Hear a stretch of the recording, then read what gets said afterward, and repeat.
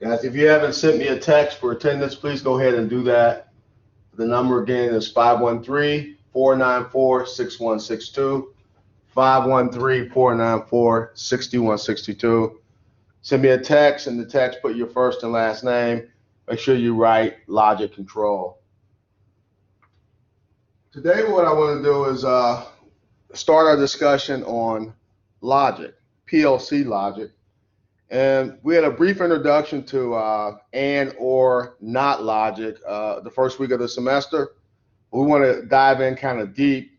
We'll review those fundamental logic functions, and then we'll talk about a couple derived logic functions. By derived, I mean there's logic functions that are kind of put together from the and or not basic logic functions that we talked about.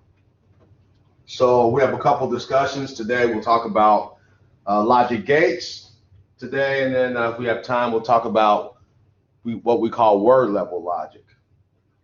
And so the idea here is to understand how digital logic circuits and gates work.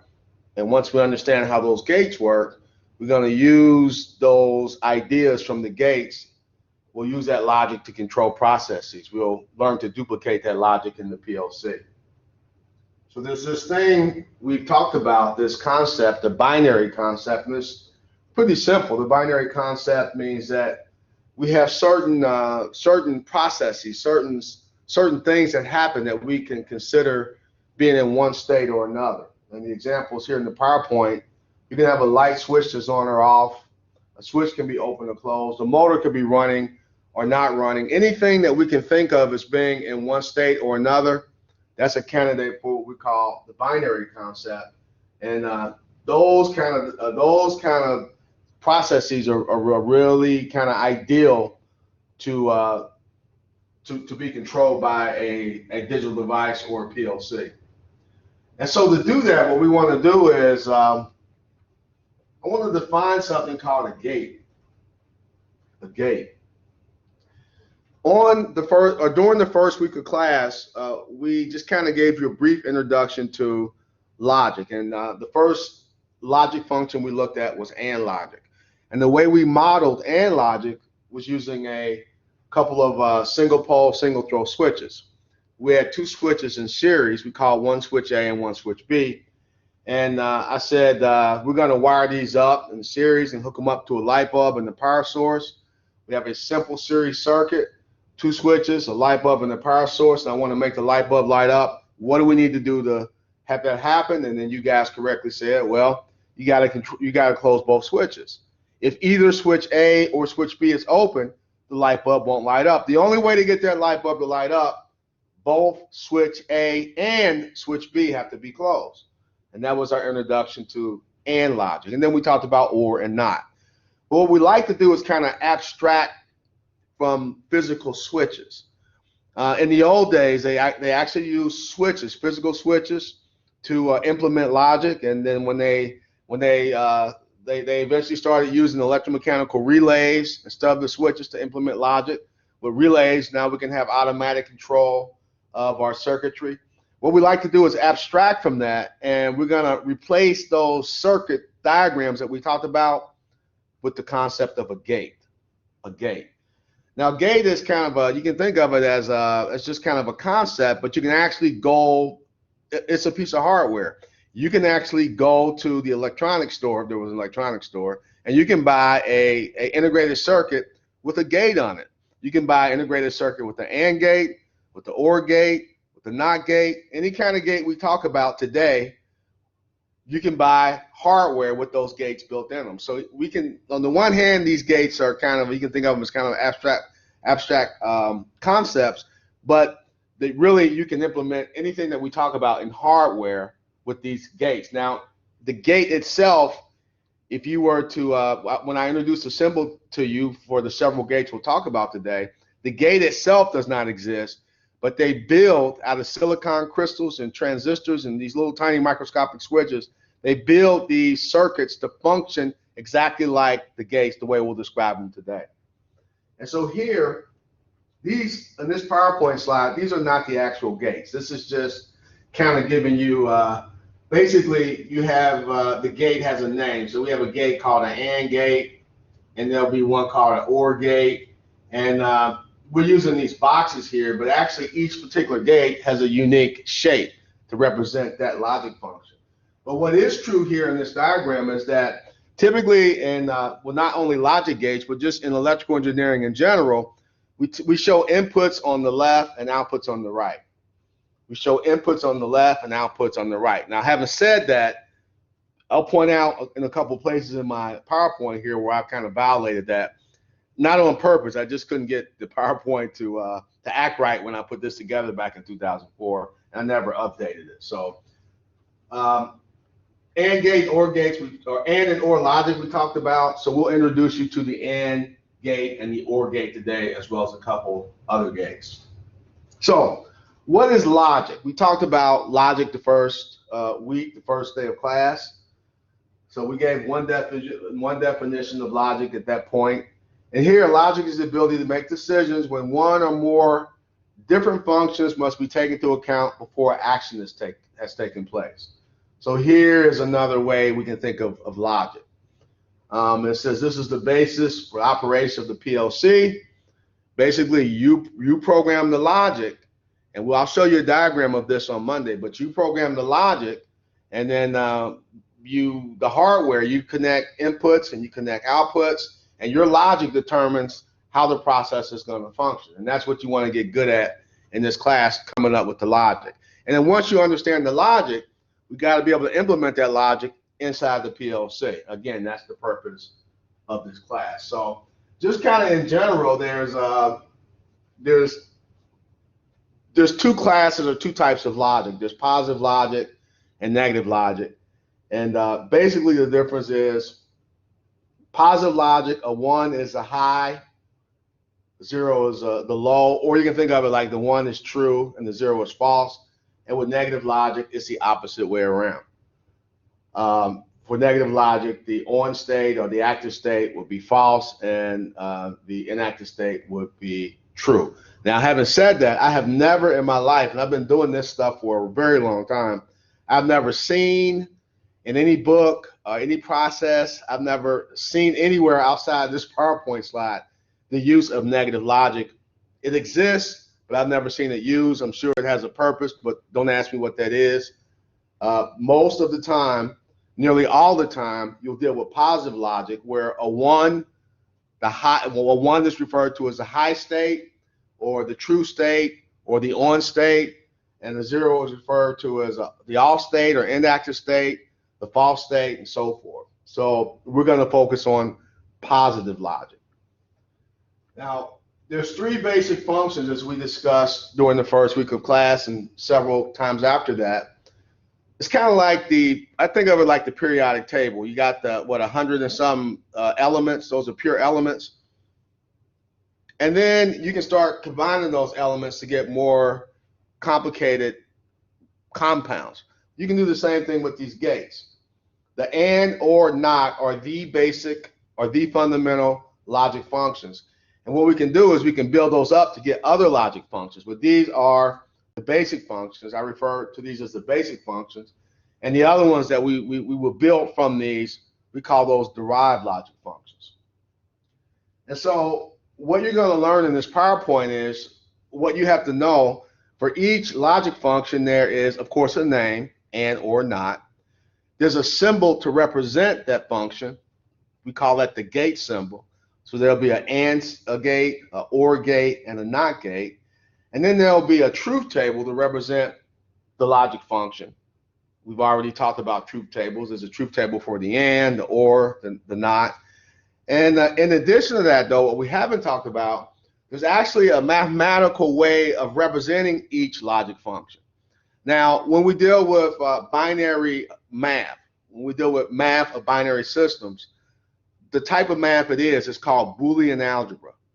Boolean algebra. So it's a type of algebra that you apply to base 2 systems. We'll think of it like that for right now. And so you'll be familiar with each of those as we go through, and as we go through the rest of the semester, we'll use what we want to do. Honestly, what we want to do is kind of abstract away, definitely from the actual hardware. We don't want to think about switches in series for an AND or in parallel for OR. We want to think about truth tables, and we want to think about the Boolean expression. We can abstract from the physical devices, and then the math allows us to do a lot of things that we can think about in a lot of ways that we wouldn't be able to think about if we just thought about the hardware. So let me introduce you to the first gate, and guys, at any point, if you need to ask a question, please interrupt me, and I'll be happy to answer your question. So the very first gate is the AND gate. Now, we talked about the AND function, and you know how the AND function behaves. It behaves like this. If we have a two input AND. So by input, when I say input, I mean a switch or button. So we have a two input AND. So here I have a circuit with two switches, switch A and switch B, and both of those switches are in series. And the only way to get this light bulb to light over here is for both switches to close. And we mentioned this before. Here's the truth table. If a switch is open, we give it a 0. If it's closed, we give it a 1. So the only place in this truth table where I can have an output over here for the light bulb, my output is the light bulb. And the only way for me to get that light bulb to light up, which is indicated in the truth table as a 1 state, the only way to get that 1 is to have both switches closed. And so this gate right here, this gate is what we'll use to represent those switches in series. Instead of drawing switches or contacts in series, when I want to think about AND logic, I'm going to use this gate symbol right here. Notice I have, again, as I said before, the inputs are typically on the left, and the outputs are on the right. So here is my gate for AND. It's a two input AND. With AND, I can have as many inputs. I can have 2 or more inputs. There's no limit to how many inputs I can have. And again, for us in logic control, as applies to PLCs, an input is going to be a switch, a button, or some type of sensor. So we have a 2 input AND, and then over here in the lower right, I have the truth table. And by now, you should be familiar with the truth table. If on the quiz or exam or just in general, if I show you this truth table with no name on it, you should be able to look at this output column right here and easily see, hey, that's the truth table for an AND. So make sure you go back, and if you're not familiar with your truth tables and your gate wiring with switches, go back and review that. So we have the symbol for the AND, we have the truth table for the AND, and then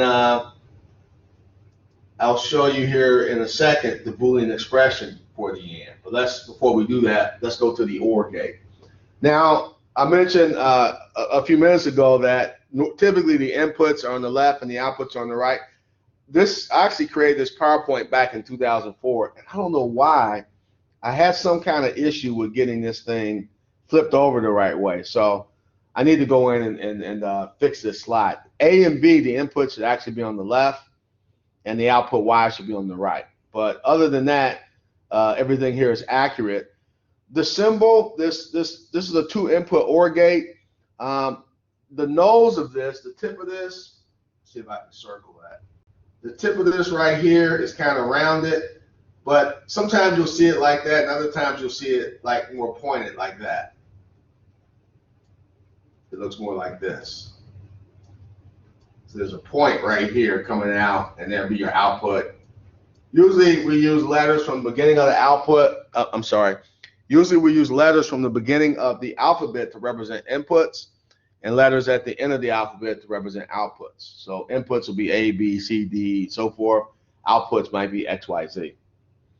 And so here is your gate symbol for the OR logic, and then the truth table. Again, I should be able to just give you the truth table with no title, and you should be able to look at this column right here and recognize that as a truth table for OR logic. With OR, I only need one true condition on the input for the output to be true. The only time a OR logic or OR circuit is false, the only time it's false is when both inputs are false. So we have the OR function. Again, we looked at OR logic with switches just to kind of remind us how it behaves. I want to light up the light bulb. That is my output. And the only way for that to happen, actually not the only way, there's several ways that can happen. If I close this switch right here, then I have a path for current to flow through switch A, the light bulb will light up. Or if I open switch A and close B, I have a path for current to flow through B, the light bulb will light up. Or if I close both switches, then I have a path through B and through A for current, and the light bulb will light up. Matter of fact, the only time I cannot get that light bulb to light up is if both switches are open as shown in the diagram. And so for OR logic, or logic, the output is true anytime any input is true. And again, we've looked at this. This is nothing new. Now let's talk about NOT logic. If you remember, I told you when we talked about NOT the first week of class, I showed you that using a normally closed push button. We went and we talked about the concept of normally open and normally closed and the difference between a button and a switch. But then we looked at these push buttons. We had a normally open push button and a normally closed push button, and I used that to kind of introduce you to NOT logic. But what I said was it's kind of hard to understand with buttons. It'll be a lot easier to understand when we get to the actual gate symbol and the truth table. So what we do for NOT is we use this diagram, the NOT function. This NOT gate, the NOT gate has another name. It's also called the inverter, an inverter. And there's a couple things I want to say about this. First of all, the inverter or the NOT gate is the only gate with a single input. The inverter gate, the NOT gate, is the only gate with a single input. All other gates, the AND, the OR, and then some of the derived gates that we'll talk about today, all those other gates have to have at least two inputs, so have two or more, but the NOT function only has one. And then the NOT function actually has two components. It has this part right here, looks like kind of like a triangle, this part. And then connected to that is this little, some books call that a bubble, like a little bubble, a little circle. And that little bubble or circle is called a state indicator. Actually, might refer to this in my next slide, so I'm getting ahead of myself. So we'll talk about this, what that bubble means. But basically, the term invert means to flip or to change. And remember, in binary systems, there's only two things I can talk about. All I can talk about is ones and zeros. So an inverter, and what does it invert? It inverts or flips the bit. So if I have say I have a high over here, a 1 on the input. If I have a 1, when that signal travels through the inverter, that 1 is going to be changed to a 0. Or if I have a 0 on the input, when that signal, that 0 travels through the gate, when it hits this state indicator, it's going to flip to a 1. And so the truth table kind of says it all. If my input is over here, A, and my output, I'm showing, now notice the way this is drawn. This is called the output. If A is the input, the output we call A NOT or not A. You can say it either way, A NOT or not A. And the way you show that is by, if this is my input, then the NOT of that, I'll draw that input and I'll just put a bar over it. So when you see a letter, a variable that has a bar over it, that represents something that's been inverted or knotted. And so at this point, if I set A, the truth table, if I set A equal to a 0, then not A is going to be a 1. Or if I set A equal to a 1, then not A has got to equal 0. What the NOT function does, the inverter does, is it flips the bits. Now let me just pause here and go back. Remember when we were talking about representing binary numbers? We talked about binary numbers and we talked about integers. And we said, well, okay, what if I want to represent a signed number, an integer in the binary system? The problem is, you know, in base 10, if I have a -9, I can write the minus sign and then the 9. Or if I want to write a +5, I can write the plus, the cross, the plus, and then the 5. But in the binary system, there's no way to implement that. All we have in binary are zeros and ones. So how do I represent the plus and minus sign? Well, we talked about 3 ways to represent signed numbers. One is to use a sign bit. The other way was to use the ones complement. And then the other way, the last final way, was to use the twos complement. Well, the ones complement, how do you take the ones complement of a number? It's simple. You write out the binary number, and then you got to flip the bits. You might remember when we talked about binary arithmetic, I said that everything that we talked about that has to do with logic, we have to be able to implement that with logic functions. So if I'm adding numbers, I got to have a digital system, basically logic circuit that can add or subtract or multiply or divide or whatever. Well, if I want to take the ones complement and I want to have circuitry do that, you can see basically all I'm doing is I'm inverting bits. So one way to do it would be to have, let's say I have a 8-bit word or a byte. I have 8 bits and I want to invert those. I can feed those to 8 inverters, and when those signals travel through those inverters, each bit will be flipped or changed to the opposite bit. So nothing you have to remember. I'm just pointing out that you know, anything that we do, anything we talked about that has to do with logic is implemented using and or not logic. It's pretty fascinating that we just use those 3 simple functions to do you know, really complex logical processes, but that's the way it's done. So if we look a little closer at this not function, I was talking earlier about this little bubble thing right here. So it's called the state indicator. The bubble is called the state indicator. So this symbol actually has 2 pieces. It has the triangle, which is the actual gate, and then it has that bubble, which is a separate piece connected to the triangle. That's called the state indicator. Now, here's how I think of it. Now, you got to remember when we're storing bits, go back to the physical idea of a bit. A 1 is 5 volts and a 0 is 0 volts, ideally. That's if I want to store a 1 or a 0. I got to have something like a capacitor or some kind of device to hold 5 volts or hold 0 volts. And the presence of the 5 volts means I have a binary 1. The absence of the 5 volts means I have a binary 0 if I want to store them. If I want to move those zeros and ones, then I get into data transfer, and I got to, instead of just holding a voltage, I got to have that waveform. I got to have either a positive going waveform or a negative going waveform. If I move bits with a positive going waveform, then I'm moving ones. If I move bits with a negative going waveform, I'm moving zeros. So you might want to go back and review that if you missed that when we talked about it in class. But the way I think about the inverter acting or functioning is this. Say I got 1 right here. I got a binary 1, which means I got 5 volts sitting there. What I'm going to do is send that binary 1 through this gate. So now I have this waveform, this positive going pulse. That 1 is going to flow through the gate. So it goes into the input. There's a 1 here. It goes through the circuitry. It's a 1. It's a 1. It's still a 1. Once it hits this state indicator, what that state indicator will do is whatever that binary digit is, it's going to flip it to the other digit. So once this 1 right here, once that 1 hits that bubble, now on the other side of it is a 0. If I had started out with the 0 going into the input, say the 0 is going to travel through my circuitry in the gate, and once it hits that state indicator, that circuitry in the state indicator is going to flip it to a 1. So I actually think about zeros and ones traveling through the inverter, hitting that bubble, that state indicator, and then flipping to the opposite bit. Now that's going to help you a lot if you think about it like that, because what we're going to do here in just a second is we're going to start taking gates and we're going to put those gates together to get more complex logical functions and structures. So here's an example of that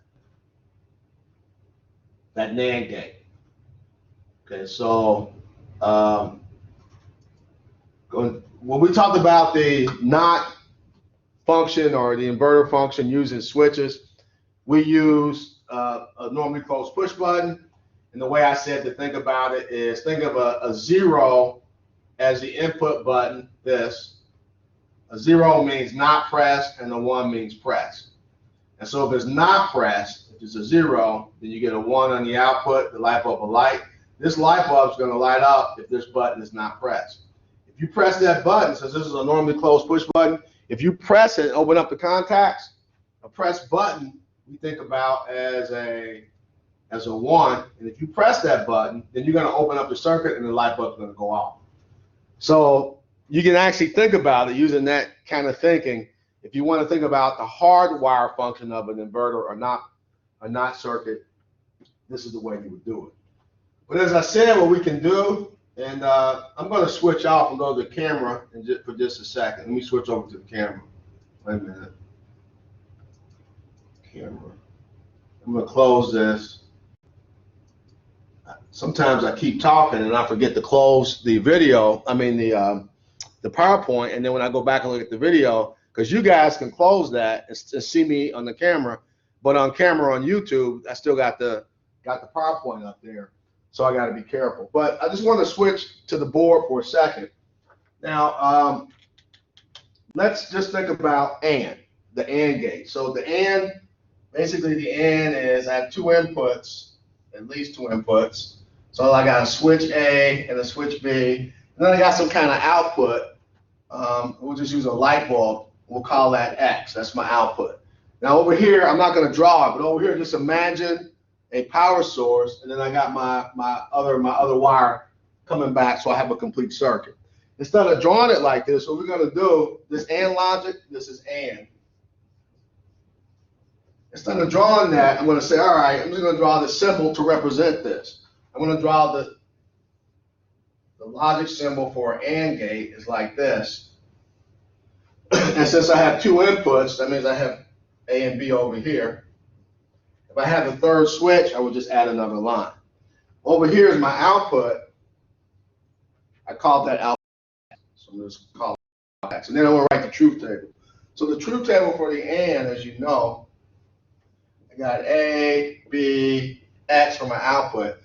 Now, when you make a truth table, and I don't know if I mentioned this before, when you make a truth table, what you're doing is counting in binary. But rather than thinking through how will I count in binary, here's what you can do. Here's a real quick way to do it. Your first row is, of course, 0, because remember, in digital, we always start counting with 0. We don't count with 1, we start counting with 0. So my first row is 0. Everything is 0. And then the column closest to my output column, I'm going to alternate every bit. I'm going to alternate every bit. So this is a 0, this is a 1, this is a 0, this is a 1. In my next column, I'm going to alternate every 2 bits.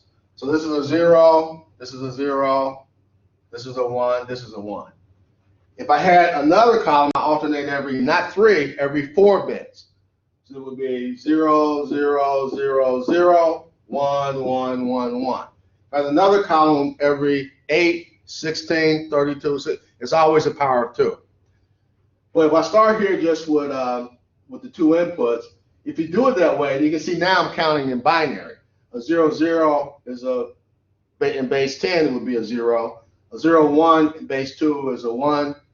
This is a 2 in binary, and this is a 3 in binary. So if you do it that way, you kind of automatically be counting in binary. Something else I wanted to say. This is important too. How many rows do you need though? How do you know how big to make your truth table? Well, then, let me make this a different color. I guess this green will show up on the camera. So, just jot this down somewhere. The number of rows in the truth table, the way you determine that is this 2 to the nth power, where n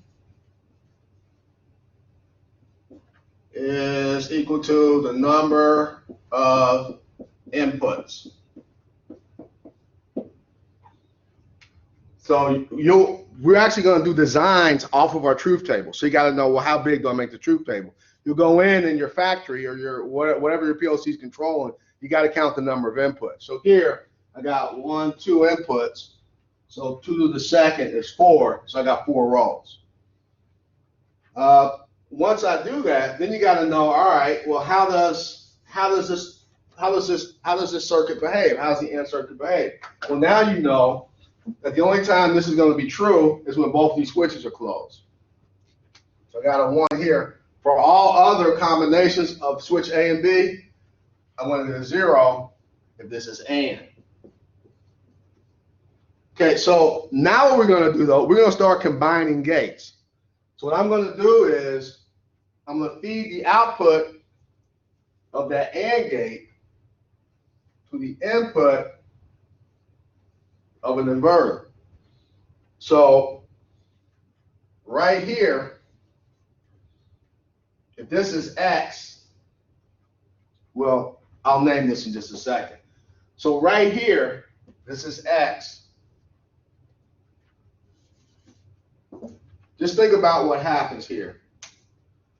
Whatever the output is here, let's say if I'm in row 0, row 1, or row 2, the output is a 0. So when the output is a 0, when the 0 for row 1, row 2, or row 3, when that comes through that inverter, as soon as it hits that bubble right there, that 0 is going to change to a 1. So the output right here at this point is this, but what is the output right here? Well, I can say that's X that's been knotted. I got to flip these bits. So then this output right here is going to be a 1, a 1, a 1, a 0. And so that would be the output if I put those two gates together. Well, that's a whole nother logic function. It's called it's a combination between a NOT gate plus an AND gate. So some smart person said, well, all right, let's take the N from NOT and the word AND, we'll call that a NAND gate. A NAND gate. And so a NAND gate is a combination NOT gate and an AND gate, but I don't want to have to draw two gates. So what they do is they'll say, all right, well, let's make one gate out of this. Let's take the gate symbol for the AND, and then we'll just take the state indicator from the NOT. This is the reason why earlier I said, think about an actual digit, a 1 or 0, flowing into that NOT gate, and as soon as it hits that bubble, it flips to the other bit, the other digit. I'm going to put this bubble down here.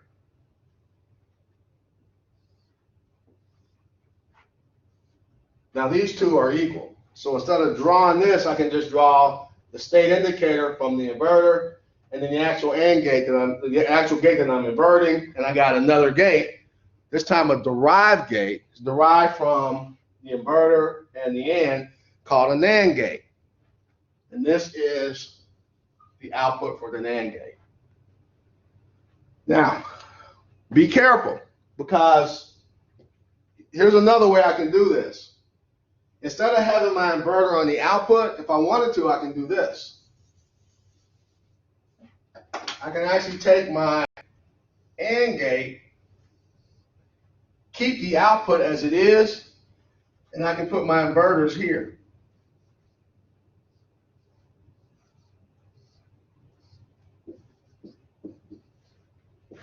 I can do that. That is not this. These are two different things. You should be able to, given a truth table, you know how this acts, you know how a NOT gate acts, and you know how an AND gate acts. So you should be able to, just from knowing how they behave, you should be able to write a truth table for this simple circuit here and tell me what the output would be for any input A or B. But that's not what I want you to do right now. I just want you to compare this gate, and then this gate. So if I want to use this shorthand way of doing this top one, I don't want to have to draw these inverters. What I would do is I would actually, let's do it right here. I would actually do this. I would just show the state indicator. When I'm showing derived gates, unless you're trying to be really explicit for some reason, you just show the state indicators. So that would be the derived gate, the way I would show this right here. Now this gate on the left, this is a NAND gate. That stands for not and, but this is a negative AND function, or AND gate. So a NAND gate and a negative AND gate are two different things. And don't worry about it now. I want you to know the names, but we can prove that these are different. We'll get into proving things a little later on. So let me go back to the PowerPoint.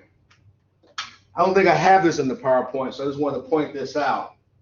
But we'll come back to it. So let's go back to the PowerPoint.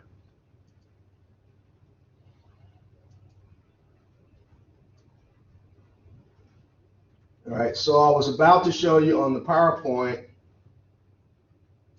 the gate we just talked about, the NAND gate. And I just kind of wanted to go, because in the PowerPoint, we just kind of jumped to this right here, that the NAND gate is a NOT gate and an AND gate. But I wanted to show you how you got that. And notice the output, to get that output, all I got to do is take the AND gate output and invert it. I NOT it. And my output is as you see. Well, I can do the same thing with the OR gate. And again, I'm sorry, I have this, the inputs A and B should be on the left and the output Y should be on the right. So I don't know what the deal was back in 2004 when I made this. But for some reason, this symbol, maybe I had a bug in my I did this in, I guess I did it in PowerPoint. I don't know if I imported something. I don't know. I don't know where I got this symbol from. But anyway, you know, an OR gate. Remember the OR? This is a combination. Here's my OR. Then I actually have the inverter connected to the output of the OR. But again, just like with the AND gate, I wrote it as a NAND by just taking the state indicator and connecting it directly to the output of the OR of the AND. I do the same thing here with the OR gate. Instead of, I have an actual OR gate, and then in series with the output of the OR, I have a NOT gate. When I actually draw the gate symbol, I'm just going to take the state indicator from the NOT gate and connect it to the output of the OR gate, and then I get a NOR gate. So a NOR gate stands for, that's a NOT OR. Just like a NAND is a NOT gate plus an AND gate, a NOR gate is a NOT gate plus an OR gate. And if you remember the output for OR, for regular OR, the only time I had a 0 was right here. For regular OR, if both switches are open, then I have a 0. It only took one switch to be closed for me to get ones. But since I have a NOR gate, I got to invert that logic. And if I invert OR logic, I get NOR logic, which is that right there. Now, OR is kind of weird. And when I say OR is kind of weird, here's what I mean. Ultimately, what you got to be able to do as a PLC programmer is typically you go in, you're the mechanical engineer, you're over this industrial process, whatever it is you're automating, whatever the steps are in your manufacturing process. You go in and you look at the factory, you look at the whatever it is you're doing. You got to be able to write out the processes in words. So however that function, however the industrial process functions, you got to be able to write that. Maybe someone else who doesn't know anything about logic or hooking stuff up, they might write out, well, here's how we need this processes to function, to act. You got to be able to take those English words and you got to be able to convert it to, first of all, to logic, and then from logic, you got to be able to convert it or to duplicate that logic in the PLC. Well, we have a problem with the word OR, because sometimes OR can mean what you see here. It can be the OR here, this OR means, you can mean, when you say, well, not this OR, let me go back to the OR. Where's my OR?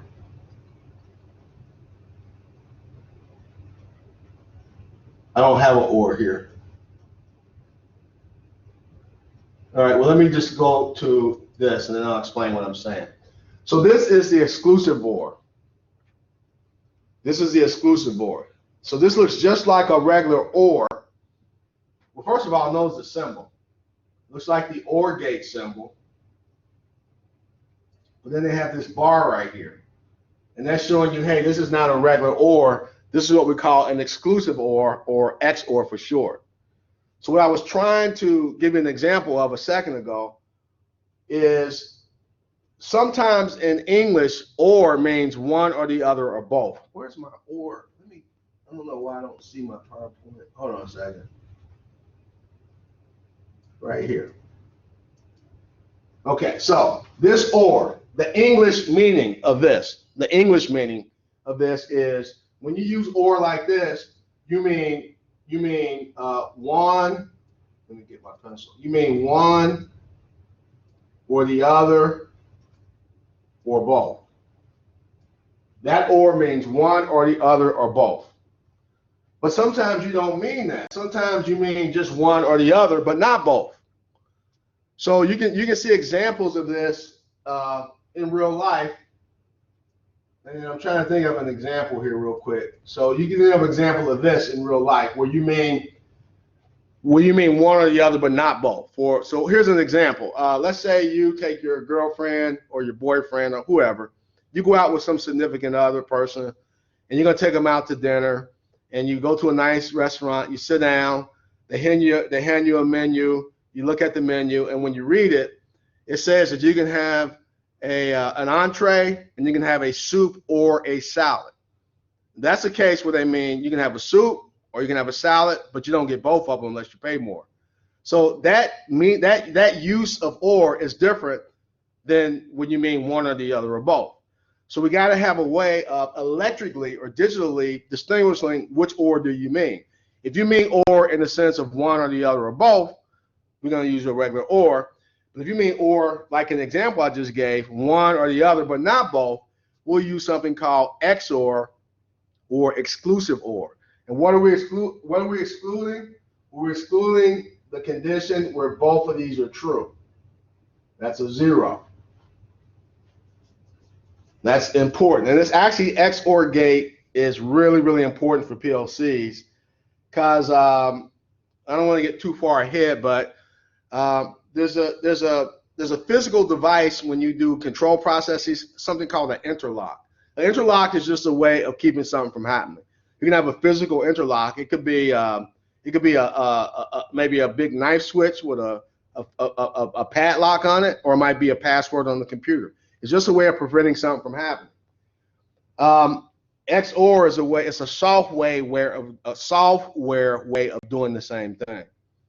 So let's say I have let's say you're writing a PLC program to control a garage door or a elevator, and you with an elevator or garage door motor, that motor can go up or down. It has a double coil in it, or you can reverse polarities to make the motor go up and down. But you want it to go up or down and not both. So in that case, if you want to have some kind of protection circuit in your design or your logic to prevent the case of both things happening at the same time. You don't want to be able to walk into an elevator and push the button and the motor try to go up and down at the same time. I mean, you can see the problem that would create. So you have to have built-in safeties or safety measures. And one way to do that in a program is to use XOR. We'll come back to that. I'm going to run out of time today. I'd hope to get through the other PowerPoint, but it's cool. We'll do it on Monday. So we got the exclusive OR. So here's what we got so far.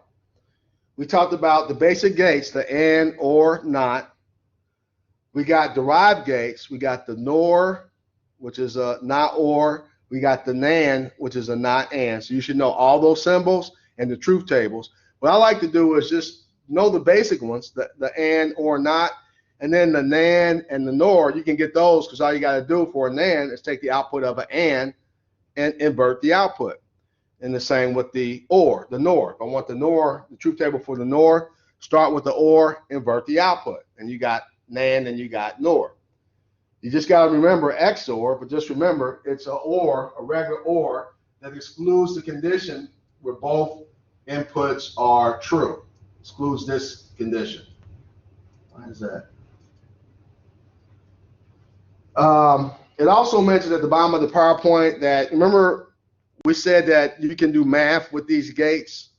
So if I want to compare to see if 2 bits are the same or different, I can do this on a binary level. I can do this with this gate. because I can see anytime the bits are the same, then my output's going to be a 0. If I have 2 zeros on the input, I get a 0 for the output. If I have 2 zeros on, or 2 ones on the input, my output is a 0. So anytime my inputs are the same, my output is a 0. Anytime they're different, my output is a 1. So if you ever have any reason to compare bits, and remember, when we're comparing bits in the PLC, those bits actually mean something. It means the switch is open or closed. So even though I'm saying bits, you might want to see the state of 2 switches. If the state of 2 switches are, both the switches are open or both are closed, if you want to know that, you don't want to do anything in the process. You just want to know, hey, are both these switches open or both of them closed? Well, you would use XOR logic. If it's one open and one closed or vice versa, you would use XOR logic. So you got the symbols. I don't know why this purple is on here. I've done something here, and it's highlighting all my PowerPoints. I don't know what I hit on here. I don't know how to undo it, but I guess you guys can still read it. So we have the gate symbol that you should know. You should be able to read and understand the truth table, but also we have what we call the Boolean expression. Now I'll probably go over, guys, just a little bit today, a couple minutes. So if you have to take off, go ahead. But I want to get through this whole PowerPoint, and then there's a practice problem that goes with this that we won't have time to do today. We'll do it on Monday. So Monday, there's some practice sheets on your Canvas, and I'll show you an example of it here at the end. Just go ahead and download those for Monday, so you'll have them, at your fingertips when we go through this. So Boolean algebra is a way of symbolically representing and, or, not, or any kind of logic function. And let me show you what it looks like. It looks like this.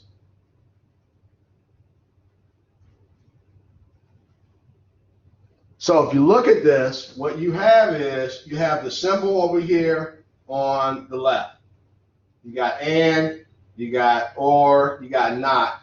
But then over here you have these expressions. So my output is Y for all of these, and my input is either A, B, or not A down there. And so basically it works like this. Well, or is really easy to understand. This sign right here, why is this not? This sign right here, that cross, is not A plus B. You think of that as A or B. That's the symbol, that's the operator we're going to use for or. And then right here, it looks like we have A and B stuck together. There's actually a dot there. There's A, and then the operator for and is an actual dot. So there's a dot there, and then there's a B. But it turns out that just like with regular multiplication, you can write A cross B, or you can write AB, or you can write paren A, paren B. Any way you can do multiplication, anding is understood the same way. So these are the Boolean expressions. So what you got to know, you got to be able to understand, you got to know the gate symbol, you got to know or be able to come up with the truth table, and you got to know the Boolean expression for each of the logic functions that we talked about so far. And what about the derived functions, the NOR, the NAND, and all of that? Well, here they go. So if I have a NAND, it's just a AB, A dot B, that's and I put the bar over them because they're not. Or if I have NOR, it's just an OR. Remember, OR is the cross, looks like an addition sign. It's A cross B, but then to get NOR, you just knock the whole thing. And then XOR looks like a regular OR, so they have the cross for OR, but then you just put a circle around it so we understand that it's XOR. And then there's these rules and laws. There's a whole load of them. I was going to say the S word. There's a whole load of them. You got like 12 or 14 rules and laws that you can apply to these symbols, and hence the name Boolean algebra. And so if you did this every day and this was your life, this digital stuff, if you're in electrical engineering and you design digital systems, you become very familiar with the laws and the rules. These are the laws, but there's some rules that I'll show you here at the end. And so some of these look just like the ones you learn when you learn algebra, like the first one, the commutative law. It says the order in which you add or the order in which you multiply doesn't matter. Well, in logic, it works the same way. The order of which you and things together or the order in which you or things together does not matter. That's what that first one means. And the associative law, that makes sense too. It's just like regular algebra. There's associative law of addition, associative law of multiplication. Well, it works with anding and oring also. The distributive law, though, is a little weird. I think the one at the top here probably makes sense. This one makes sense right here. And that makes a lot of sense. But this one you got to think about. I mean, when I look at that, it doesn't really make a lot of sense to me, but you can prove that the left side and the right side of these logic equations are equal, or I should say logically equivalent, by putting it in the truth table, and we'll talk about how to do that later on. So here's one really, really, really important law. It's called De Morgan's theorem. And you can read this, but I'm just going to tell you a really, really quick way of doing De Morgan's theorem. Basically, it says you break the line and change the sign.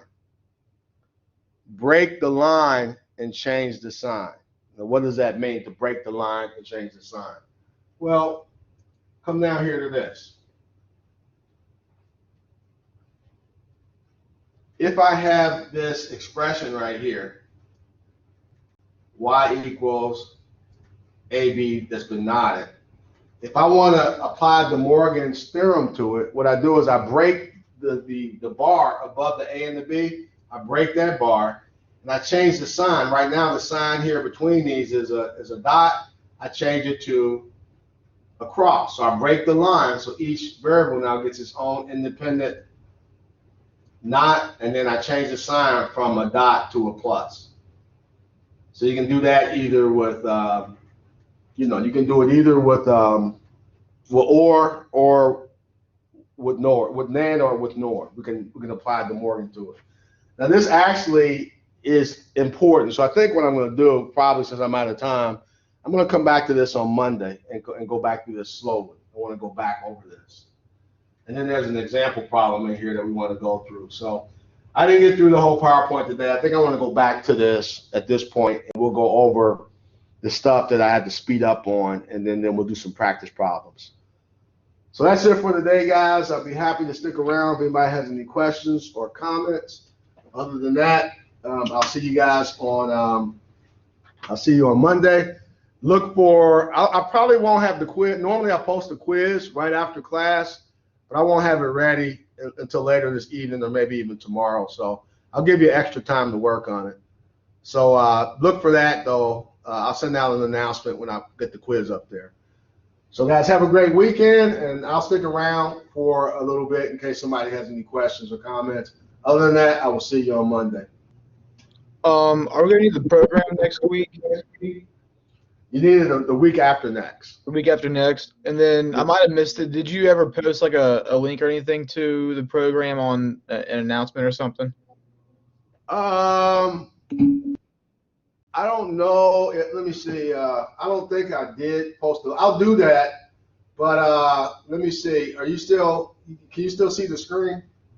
I can see your whiteboard, but not the screen. Wait a minute. Let me see something here.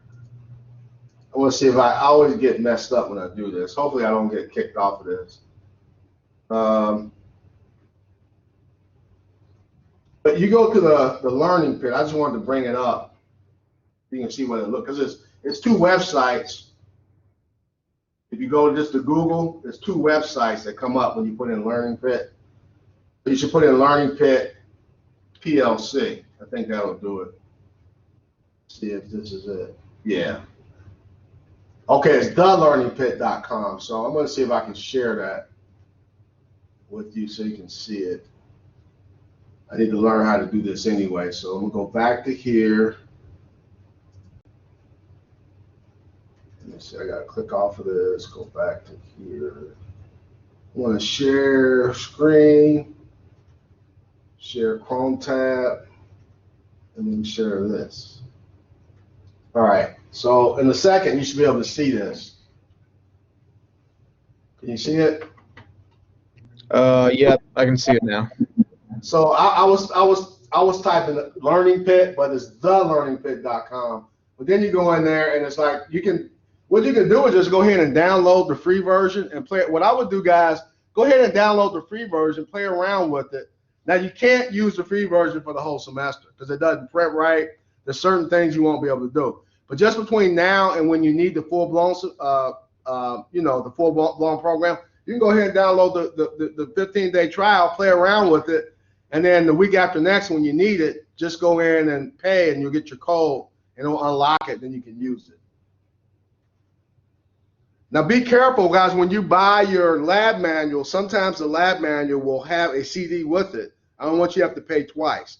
So I know when we actually had the lab manuals in the bookstore, you could buy the lab manual with the CD and the lab manual without the CD. Now, since we're getting it off, these are older versions. Some of them, it may not say. You want to try to look to see if you have the CD with it. You might want to get your lab manual first to see if you already have a CD. That way you don't have to pay the money or download the free copy, get your lab manual. If you don't have a CD, then go get the unlock code for it. Okay, that works. Thank you. All right, man. Have a good one. Anybody else have any questions? Well, guys, have a great weekend, and I will see you on Monday.